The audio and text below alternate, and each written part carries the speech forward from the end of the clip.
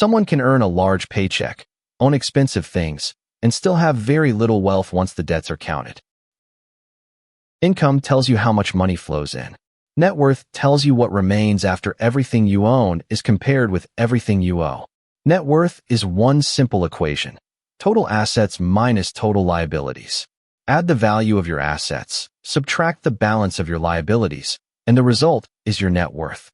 Assets are things with measurable financial value: cash, investments, retirement accounts, business ownership, and the portion of property you actually own. Everything you own is only half the picture.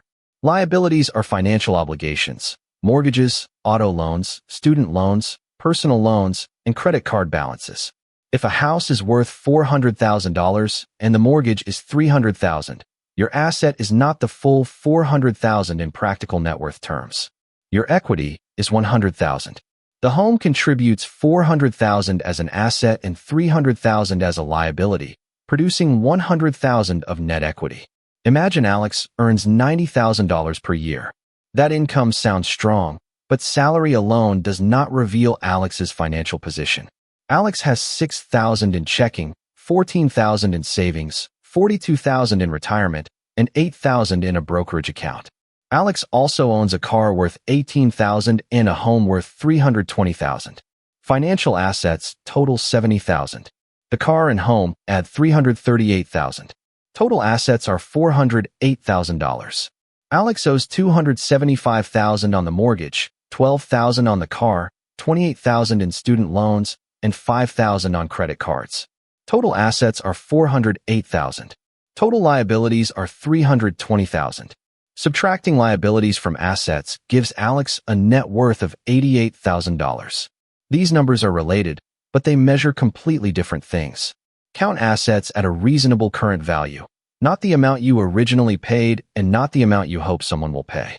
Bank and investment balances are easy to find. Property and vehicles require a realistic estimate based on current market value. Include meaningful assets that affect the picture.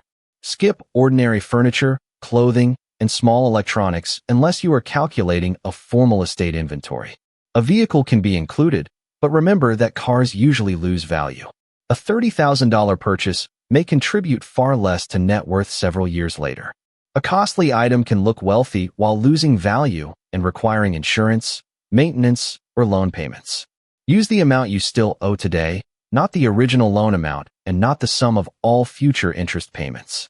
Your mortgage principal balance, current auto loan, student loan balance, personal loan, and credit card statement balances belong on the liability side. A monthly utility bill is an expense, not normally a liability for this calculation. The remaining balance on borrowed money is a liability. Negative net worth means liabilities are larger than assets. It is common for people early in adulthood or after taking on education, business, or medical debt. If assets are $25,000 and liabilities are $60,000, net worth is negative $35,000. It is a starting measurement, not a moral judgment. The direction of change matters more than the embarrassment of the first number. Net worth rises through two engines: building assets and reducing liabilities. Saving $500 increases assets by $500. Paying $500 of loan principal reduces liabilities by $500. Both improve net worth.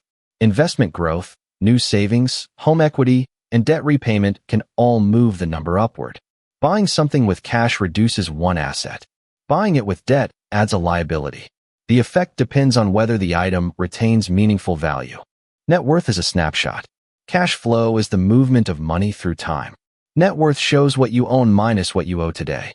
Cash flow shows whether income is covering expenses each month.